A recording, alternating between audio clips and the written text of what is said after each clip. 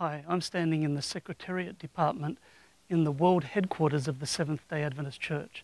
And on today's program, we'll be talking to Dr. G.T. Ng, the Executive Secretary of the World Seventh-day Adventist Church. Welcome to Global Mission Snapshots.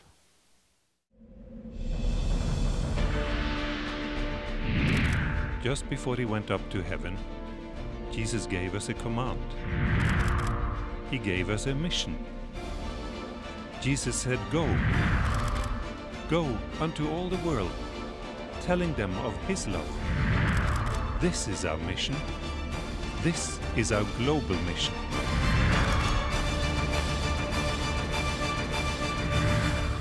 Hello, I'm Gary Krause. Thanks for joining us on Global Mission Snapshots. On today's program, we'll travel to Indonesia to see how Seventh-day Adventists in this Southeast Asian nation are ministering holistically to their communities. We'll also be talking with a medical missionary family serving at an Adventist hospital in Nepal. Located just outside the capital, Kathmandu, Shia Memorial Hospital has been providing outstanding medical care for more than 50 years. And we'll also meet Dr. G.T. Ng, Executive Secretary of the Seventh-day Adventist Church, to talk about, you guessed it, mission. But first up, let's travel to Cambodia to meet Peng, a global mission pioneer I had the privilege of visiting recently.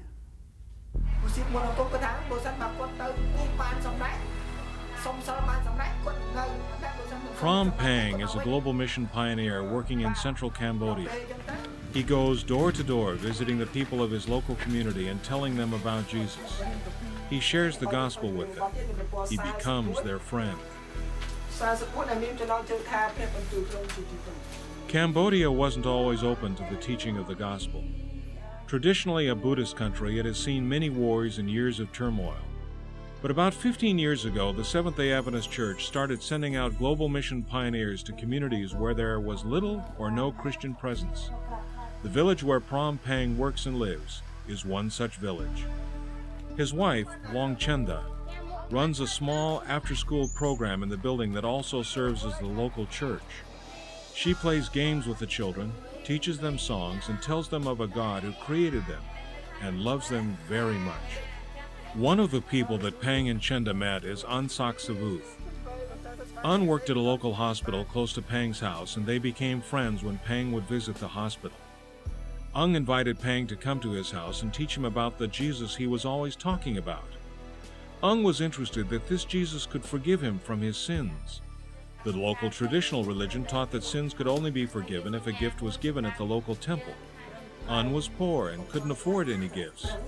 The thought of a poor man being saved intrigued him. He wanted to learn more. As they studied, Ung was converted, and soon his wife joined him. Un was able to share the Bible with his mother right up until the time of her death. Because of the Bible studies taught by Peng, Un's life was changed. He stopped going to clubs and getting into trouble. His wife is happy because now she feels that Ung cares for his family, and they spend time together. They have found peace and new lives in Jesus. Global mission pioneers work all over the world to spread the gospel to people who have never heard the name of Jesus. Oftentimes they work and live in very harsh conditions, just so that they can help lives become changed. Thank you for your prayerful support of Global Mission.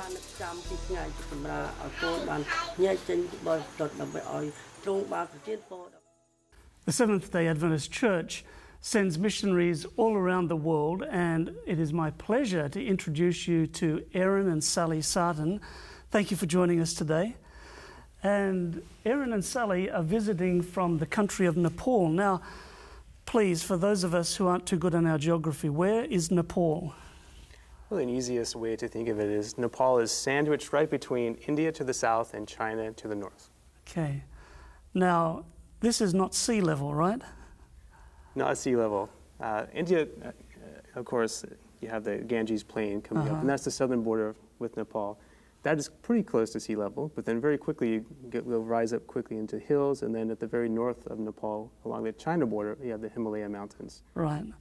And so do you get to see Mount Everest from where you live on a clear day, or? On extremely clear day, we can perhaps see the peak of it. Or at least that's what the locals tell us. Okay. So we believe that. So you're both medical doctors serving at Shear Memorial Hospital. What do you do? What sort of patients do you see? What's a typical day like?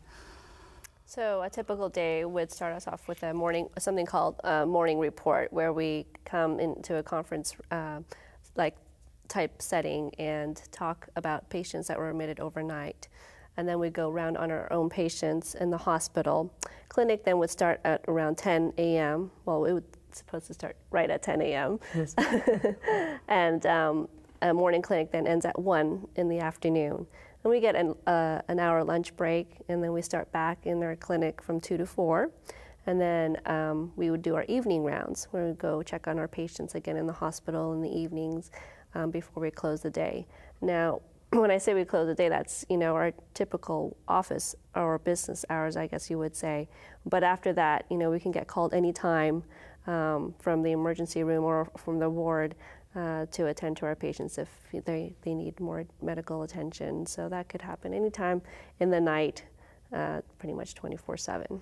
So this is a fairly full-time commitment that you're involved in. Now, adding to the commitment is that you have a 2-year-old son, and how old is your baby daughter? She's a little over 2 weeks old. 2 weeks old. So you came back to the United States for some vacation time and to have the baby. Yes. When do you go back to Nepal? The 23rd of August. Okay, so your family will have increased Yes. in size. Now, what made you decide that you wanted to serve as medical mission workers? I think, at least for me at least, I always thought of the health field as a good way to, obviously, to help people and touch them in a certain way. And later, as my spiritual life grew, I saw that was a great way to open the door to sharing the gospel. That's the ultimate goal of medical missionary work. And how I came into the idea of serving overseas, I met my beautiful wife at Lima University Medical School, where we went through school together.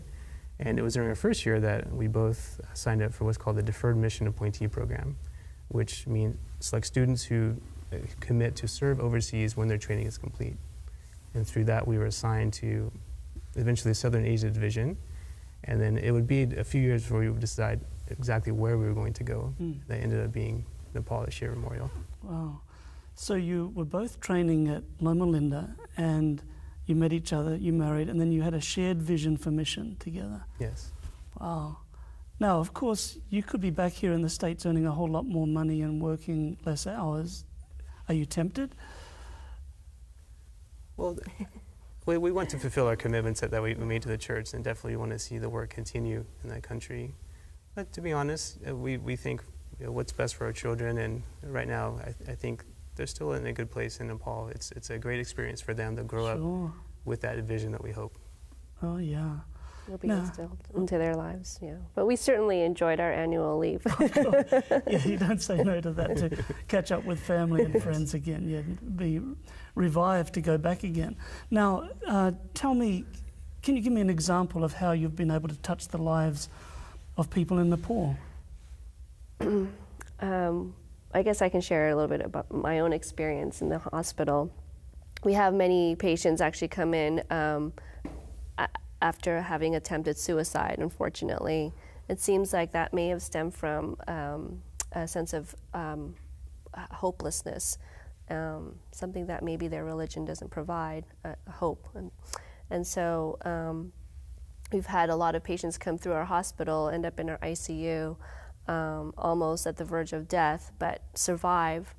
And it's at that point where I feel as a physician I can really try and reach out to them and provide some kind of a sense of hope, as talking to them about some of our Christian values and beliefs, and kind of hopefully pointing them to Jesus Christ as their personal Savior and friend.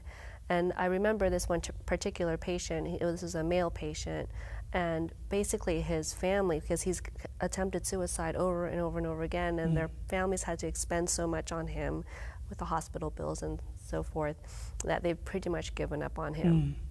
And so his son actually came to visit him in the hospital just to scold him and just to tell him, you know, he's worth nothing and so on and so forth. And so I felt really bad for this patient, and I really took the time to talk to him and say, you know, you can really change your ways. You know, there is hope, and you know, as a Christian, we find hope in Jesus Christ. And he actually said, well, I'm open to Christianity. I've always been open to Christianity, but it's just these bad habits of mine that have kept me down, such as, you know, smoking, drinking, and other things. So I did spend that time with him and talked with him, and he seemed to be very open to Christianity. But one thing that I do regret is not, I've had literature at home that I wanted to give to him, Right. but he was discharged before I could get it to him. But I do keep him in my prayers, and I think, you know, once you make a connection with a patient, you know, you'll always remember them. Oh yeah, for sure. So, but we have many patients come through needing a lot of counsel and comfort and encouraging words to keep them going. Now, talking about encouraging words, are there times that you find it a bit lonely, that it can get a bit discouraging out there by yourselves? There are times that, especially for me, when we've had maybe a string of bad clinical cases, like patients who come in extremely ill, and we, in spite of our best efforts with the resources that we have, patients do die there, unfortunately. And just in those situations, trying to comfort the family and, you know, provide them some sort of words of hope. Sometimes it feels a little bit overwhelming. Oh yeah. But we always hope that with the Lord's leading, we're doing the best we can, and we're planting seeds in their minds of what the gospel really means. But we've had the blessing of having other IDEs or other missionary physician families Working with you. working with us, who've been a tremendous support. I'm sure, yeah. Yeah. Well, thank you so much for joining us today and sharing your experience. Oh, well, Thank you. You're welcome. And to our viewers at home, thank you so much for your continuing prayers and support for mission around the world that extends to places like Kathmandu.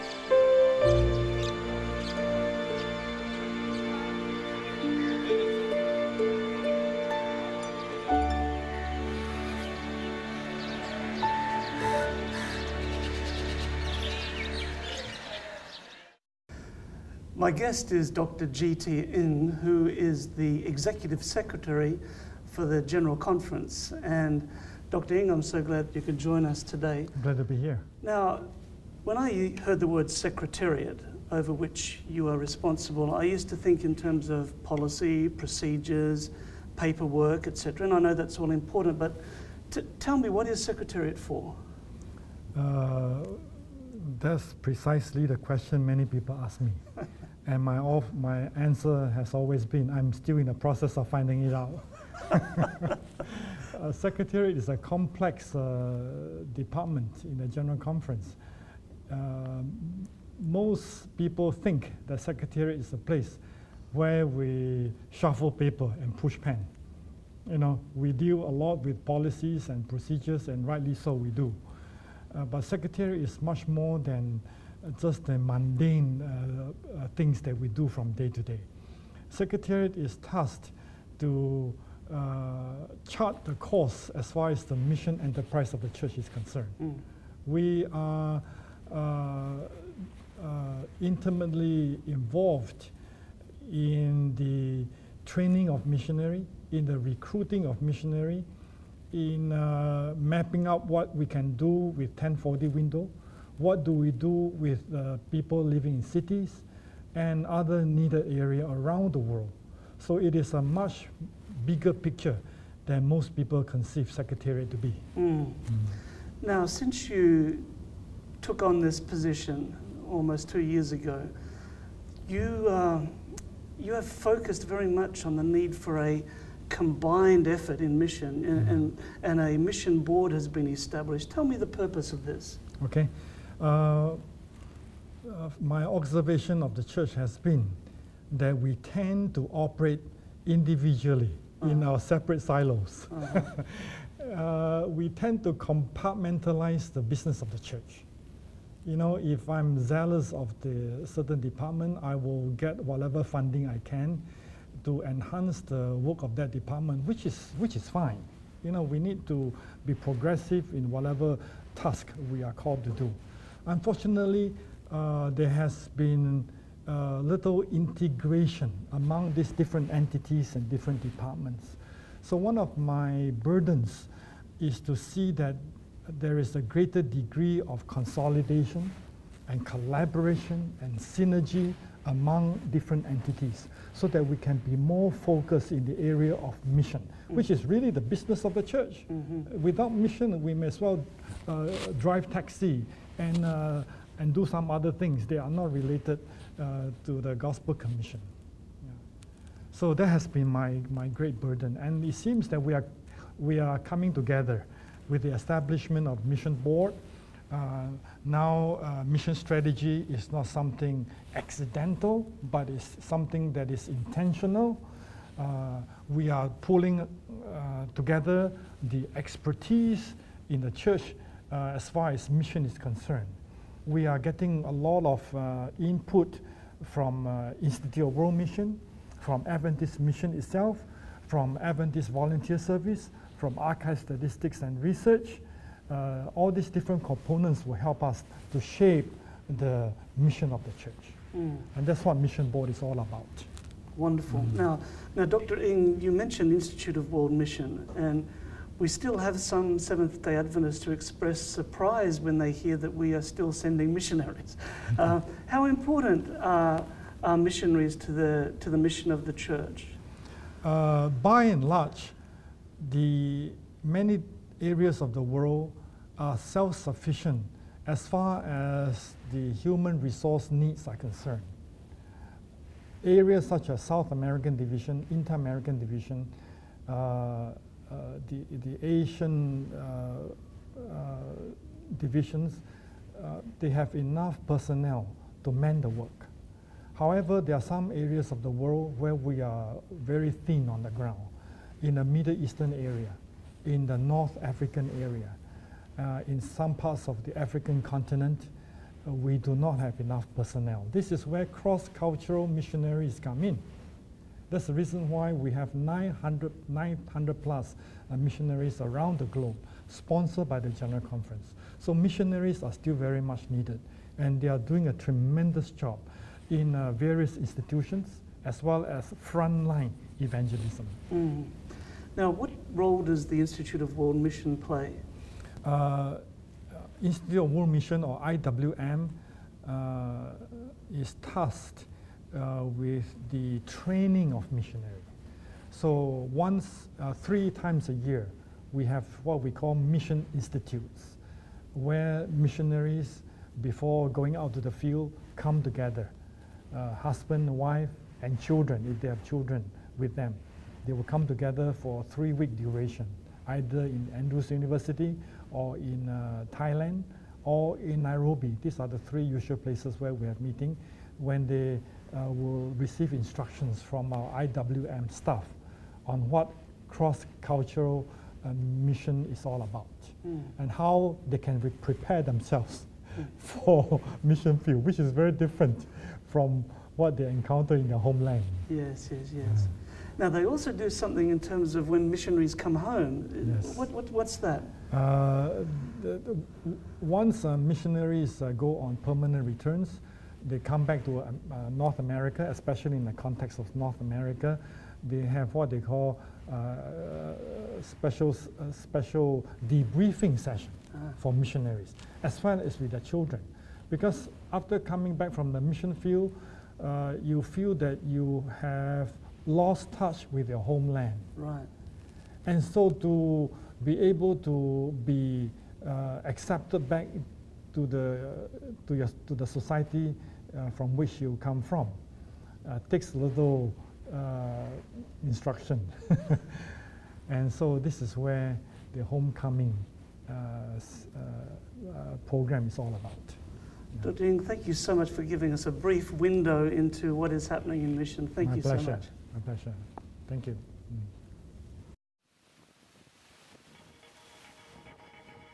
The country of Indonesia is made up of more than 17,000 islands, and it stretches from east of Thailand to the western part of Papua New Guinea. Home to more than 245 million people, it is the largest Islamic country in the world. Its islands are covered with volcanoes, jungles, sandy beaches, and some of the largest cities in Asia. The capital, Jakarta, has a population of more than 9 million people. This quarter, 2 different medical projects have been chosen in Indonesia to receive a part of your 13th Sabbath offering. The first is on the island of Sulawesi in the northern city of Manado. Here, the church has operated the East Indonesia Adventist Medical Center since 2007. It started off as a small clinic many years ago and now has 90 beds and plays an important role in the church's outreach to the local community. 2 to 3 times each month, the hospital operates health clinics at Adventist churches in the greater Manado area. These clinics serve as a means of helping the local church connect to the outlying community. So that we want to reach them through clinics. And we want to introduce that Jesus loved them through the clinic or give healing to the people from the community. The church also holds evangelistic campaigns that run concurrent with the clinics. And over the past 3 years, more than 300 people have joined the church because of the witnessing ministry. Part of your 13th Sabbath offering will fund these continuing community health clinics over the next 12 months. This will allow the hospital to extend Christ's healing hand to those who cannot travel to the hospital or afford medical care, and will also introduce many new people to Jesus.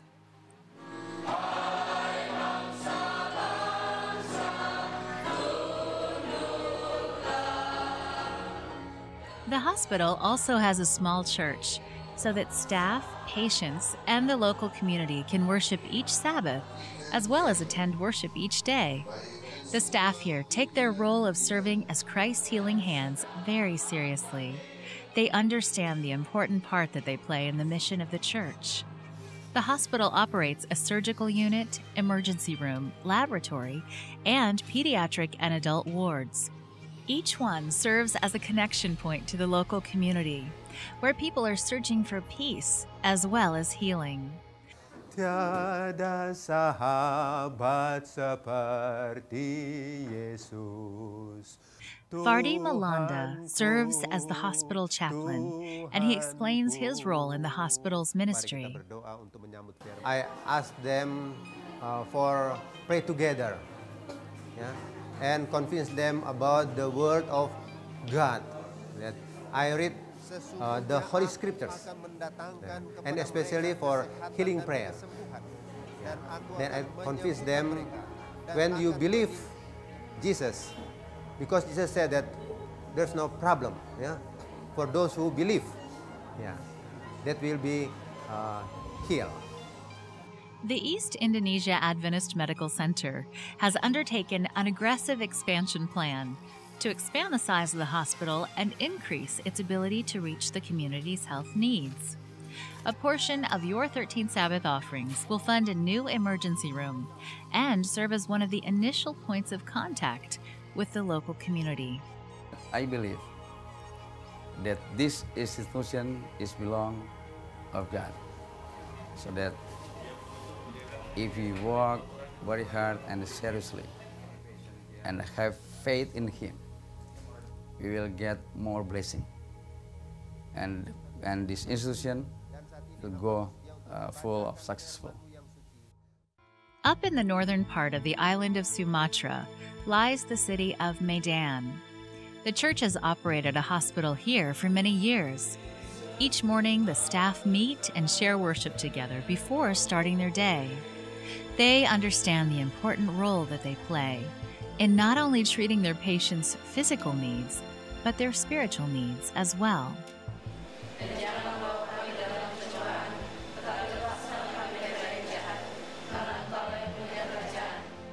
This hospital operates a small clinic where they offer alternative methods of treating cancer, as well as training people about living a healthy lifestyle. The staff also go out into the local community and teach vegetarian cooking classes to help fight against the high rates of diabetes and hypertension that are common here. Semua yang akan dimasak pada dasarnya sama caranya. Hospital staff also visit outlying communities to teach not only proper health practices, but to share the love of Jesus through their ministry. The Medan Hospital understands the powerful role that it can play in reaching out to a community where many have not heard the name of Jesus. This quarter, a portion of your 13 Sabbath offerings will help provide new medical equipment for the Medan Hospital. They are in need of updating the hospital so that it can continue its mission of outreach to the people of Sumatra. Please pray for the people working at the Medan Adventist Hospital. Pray for their patients, and please pray that the people of Sumatra will be reached with the good news of Jesus. As a small token of thanks to our Global Mission supporters in North America, we'd like to offer a free Adventist Mission tote bag. It's our gift to you while stocks last. To request your attractive Adventist Mission tote bag, simply call our toll-free number 1-800-648-5824 or visit our website and ask for Adventist Mission tote bag or offer 306. And please remember to clearly state your name and address, and be sure to mention tote bag or offer 306 so we'll be sure to send you the right item. Again, that's toll-free 1-800-648-5824 or our website www.adventistmission.org/offer306. If you enjoyed this program and would like to give us feedback, please visit our website at adventistmission.org/3abn or our Facebook page at facebook.com/adventistmission. Well, that's it for today's program. I hope you've been blessed and inspired by what you've seen and by what you've heard. Thank you for continuing prayers and support for Global Mission's frontline work. For Adventist Mission, I'm Gary Krause, and I hope you can join me next time right here on Global Mission Snapshots.